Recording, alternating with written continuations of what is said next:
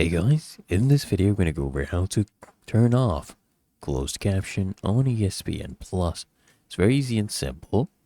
So what you need to do, guys, is actually locate the CC icon, okay, the CC button, and you'll find this inside of the video player bar, and you just toggle this one off, right?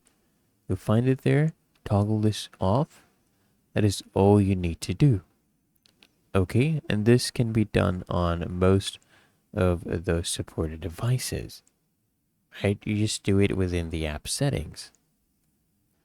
But otherwise, it's really that easy and simple. So I hope this guide provided value to you, and if it did, consider smashing that like button, as well as subscribing to frequently asked questions, and I'll see you in the next one. If this video helped, guys, make sure you smash that like button and subscribe to the channel.